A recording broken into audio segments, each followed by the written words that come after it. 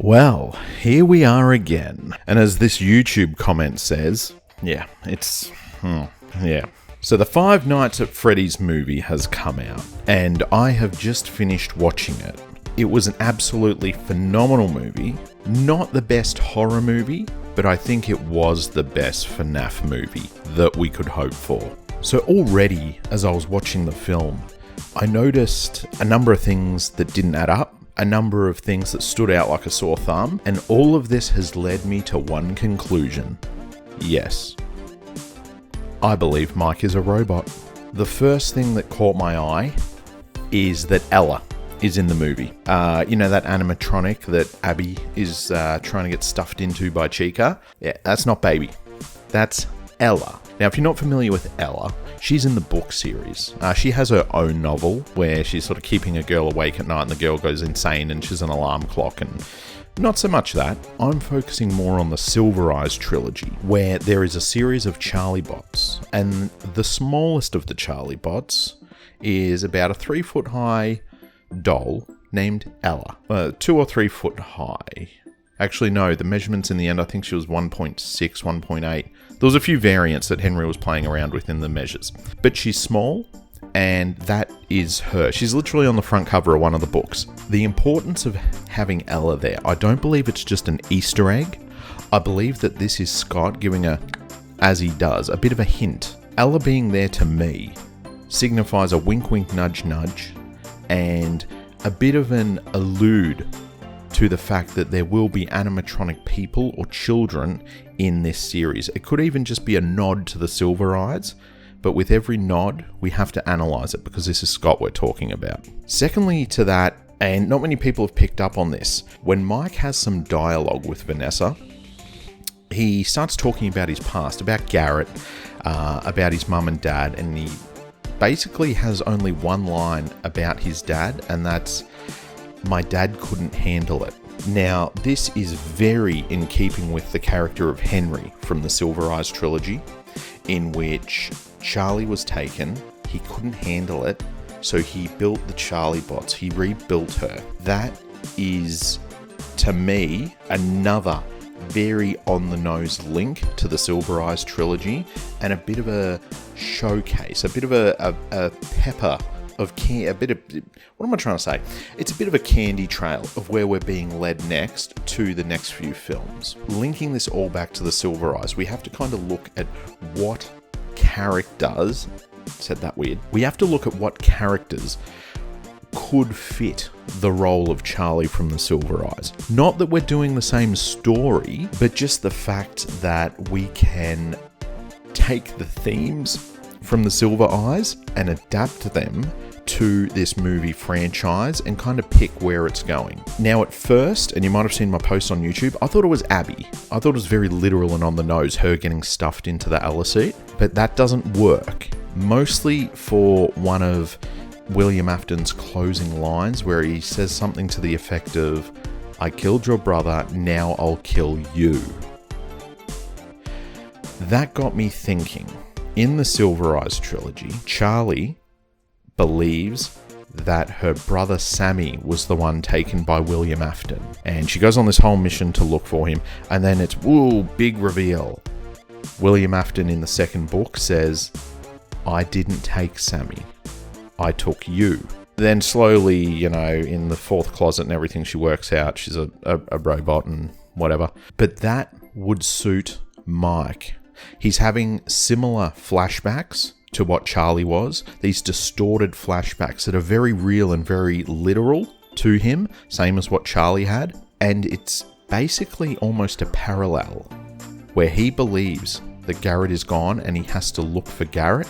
He's looking for him the whole time. It's haunting him because he feels like a piece of him is missing without Garrett. And I think the big reveal will be that Mike was the one that was taken, not Garrett. Now, whether Garrett exists or not, I'm not sure, because in the books, we're never sure whether Sammy exists, or was Sammy a mimic, or that's a whole nother kettle of fish we won't get into.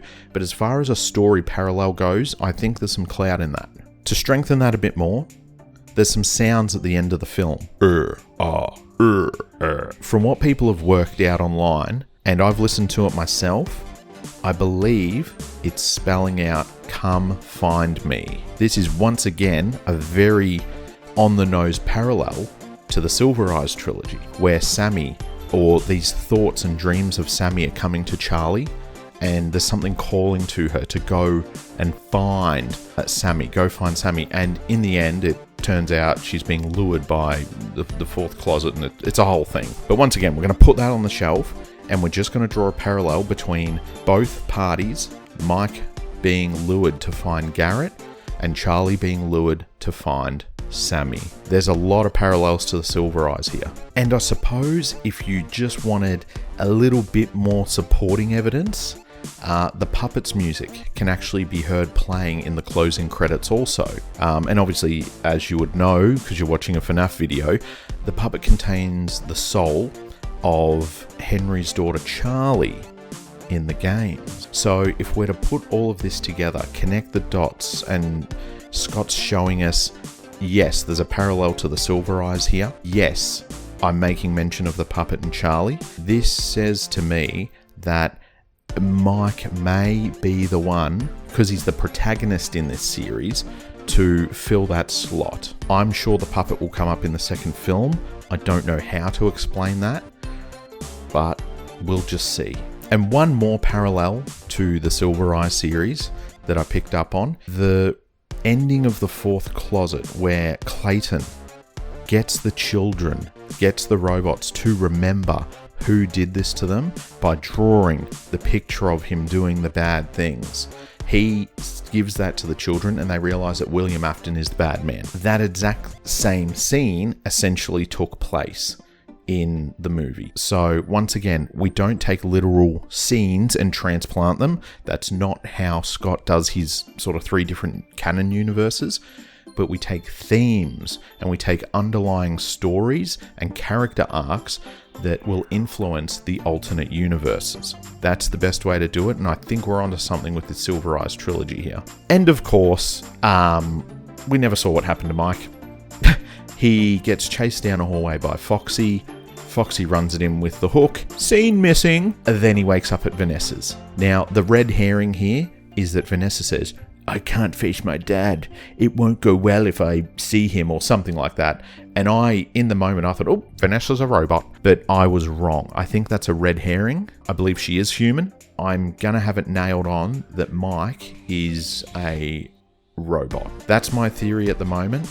Let me know down below what you think. I think we've got some good supporting evidence here to draw parallels between the Silver Eye series. I don't think Abby can be a robot. Everybody tends to lean towards Abby, the children, the female characters, because of cosmetic similarities. I can just see Mike and Garrett being of similar ages when Garrett was taken, and he's just misremembering because they're not actually his memories. I believe that might be the memory of his father. That's what Charlie realized in the book, that the memories she had were actually Henry's from his eyes. So it could be the Henry stand-in, Mike's dad, seeing Mike getting taken away. That's just my theory. Thank you all so much for watching. I will see you in the next video. And hey, I've been uploading lots of YouTube shorts because you know what? It brings in people to my videos and it allows you guys to watch my content. So subscribe if you like FNAF, stick around for Minecraft shorts, and we'll be doing everything pop culture. See you on the next one. Bye bye.